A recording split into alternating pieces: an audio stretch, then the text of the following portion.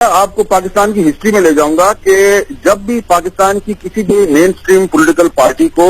جس کسی نے بھی توڑنے کی کوشش کی اور اس میں سے گروپ بنانے کی کوشش کی تو اکثر اوقات ایسا ہوتا ہے کہ آپ کو میں مثالیں دے دیتا ہوں کہ وہ کوشش ناکام ہو جاتی ہے. آپ دیکھ لیجئے کہ جب پرویز مشرف صاحب کی حکومت تھی تو پیپلز پارٹی کے اندر سے پیپلز پارٹی پیٹریوٹ بنائی گئی تھی. تو پیٹریوٹ کا کیا حشر ہوا وہ آپ جانتے ہیں. اس سے پہلے آپ ایم کیو ایم کے اندر دیکھ لیں کہ ایم کیو ایم کے اندر سے حقیقی بنائی گئی. تو حقیقی جو ہے وہ ابھی تک موجود تو ہے, اس کے کچھ لوگ بھی آپ کو نظر آتے ہیں, لیکن وہ جب بھی الیکشن میں حصہ لیتی ہے تو ووٹر ان کو مسترد کر دیتے ہیں. اسی طرح آپ دیکھیں کہ جمعیت علماء اسلام میں بھی ایک جے یو آئی نظریاتی بنائی گئی, لیکن آخر کار وہ اس میں واپس آ گئی. اور جس آپ پارٹی میں دیکھ لیں کہ جس پارٹی کے اندر کچھ لوگ جو ہیں وہ ایسی نقب لگاتے ہیں یا گروپ بنانے کی کوشش کرتے ہیں جس کے اوپر لوگوں کو یہ شک پڑ جائے کہ اس کے پیچھے کوئی بادشاہ گر لوگ ہیں یا کوئی اسٹیبلشمنٹ کا ہاتھ ہے, تو وہ گروپ جو ہے وہ سروائیو نہیں کرتا, اور وہ خواہ پیٹریوٹ ہو یا حقیقی ہو لوگ اس کو تسلیم نہیں کرتے. تو میرا خیال ہے کہ مصطفیٰ کمال اور انیس قائم خانی جو ہیں وہ بہت پرانے پولیٹیکل ورکر ہیں, اور وہ ان کو ایسی غلطی نہیں کرنی چاہیے کہ وہ اپنی ہی پارٹی کے اندر ایک گروپ بنا لیں, کیونکہ اس وقت سب جانتے ہیں کہ ایم کیو ایم کے بارے میں بہت عرصے سے کوشش ہو رہی ہے کہ ایک -1 فارمولہ جو ہے اس پہ عمل درآمد کیا جائے, الطاف حسین صاحب کو ہٹایا جائے اور کسی اور کو لایا جائے. تو اگر کوئی یہ سمجھتا ہے کہ مصطفیٰ کمال صاحب جو ہیں وہ الطاف حسین کا متبادل ثابت ہو سکتے ہیں, تو پھر سب سے پہلے تو سوال یہ پیدا ہوتا ہے کہ اگر مصطفیٰ کمال کو الطاف حسین کا متبادل بنایا جا رہا ہے تو پھر یہ پریس کانفرنس 9-0 میں کیوں نہیں ہو رہی, یہ ڈیفینس کے علاقے میں کیوں ہو رہی ہے. تو ڈیفینس کے علاقے میں یہ اگر پریس کانفرنس ہو رہی ہے تو اس کا مطلب ہے کہ شاید وہ ابھی 9-0 میں یا تو داخل نہیں ہو سکتے یا ان کو داخل ہونے کی اجازت نہیں ہے یا وہ اس طرف ابھی جا نہیں سکتے. تو یہ بہت سے اہم سوالات ہیں. ہسٹری ہمیں یہی بتاتی ہے, پاکستان کی سیاسی تاریخ یہی بتاتی ہے کہ جس کسی نے بھی اپنی سیاسی قیادت کے ساتھ غداری کی, خواہ اس قیادت پر آپ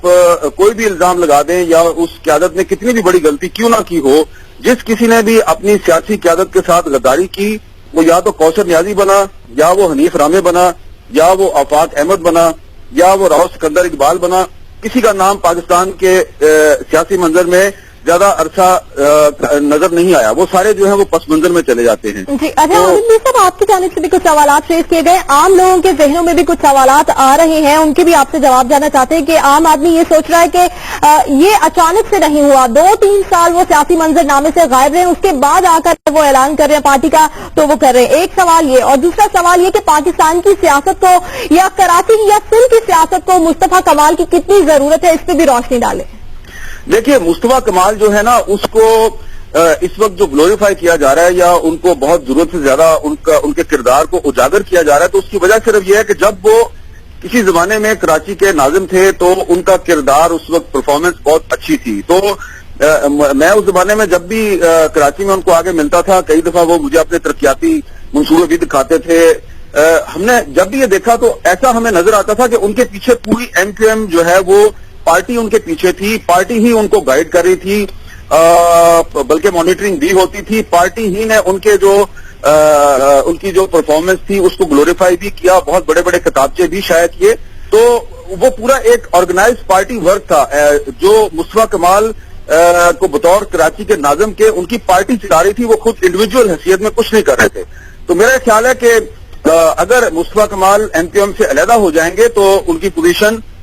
9-0 میں 0 ہو جائے گی, اور جو 9-0 میں 0 ہو جاتا ہے پھر میرا خیال ہے کہ ایم کیو ایم کے اندر تو اس کی کوئی پالیٹکس نہیں رہتی. اچھا عامر میر صاحب, جیسا کہ آپ کہہ رہے ہیں کہ پارٹی ہی ان کو گلوریفائی کر رہی تھی, کتاب سے آ رہے تھے, تو پھر پارٹی کو ان کے بعد ان کی کوئی ریپلیسمنٹ کیوں نہیں مل سکی, ایسا کوئی شخص کیوں نہیں مل سکا جس کے کارنامے وہ گلوریفائی کر سکتے؟ دیکھیں یہ آپ اس لیے کہ اس کے بعد مصطفیٰ کمال صاحب جو ہیں وہ ناظم نہیں رہے اور کئی سال تک بلدیاتی انتخابات نہیں ہوئے. ایم کیو ایم کی جو قیادت ہے اس نے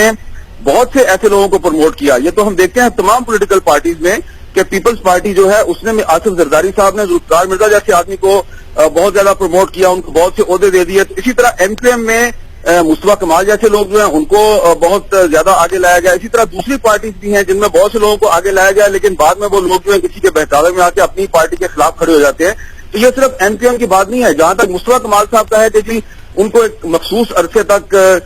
پارٹی نے ان کو سینیٹر بھی بنایا، کیونکہ دیکھیں نظامت کے بعد ان کو سینیٹر بنا دیا، لیکن اگر ان سے مطمئن نہیں ان کی پارٹی کی قیادت ہوئی تو ان کو ہٹا دیا گیا، جس کی وجہ سے وہ ناراض ہو کے دبئی میں چلے گئے اور بڑا اچھا کاروبار وہاں پہ چلا رہے تھے۔ تو اب ان کو اگر واپس لایا گیا ہے اور ان کے ساتھ انیس قائم خانی بھی ہیں جو کہ وانٹڈ ہے بہت سے مقدمات میں، اور اگر ان کے ساتھ وہ نہیں ہوتا جو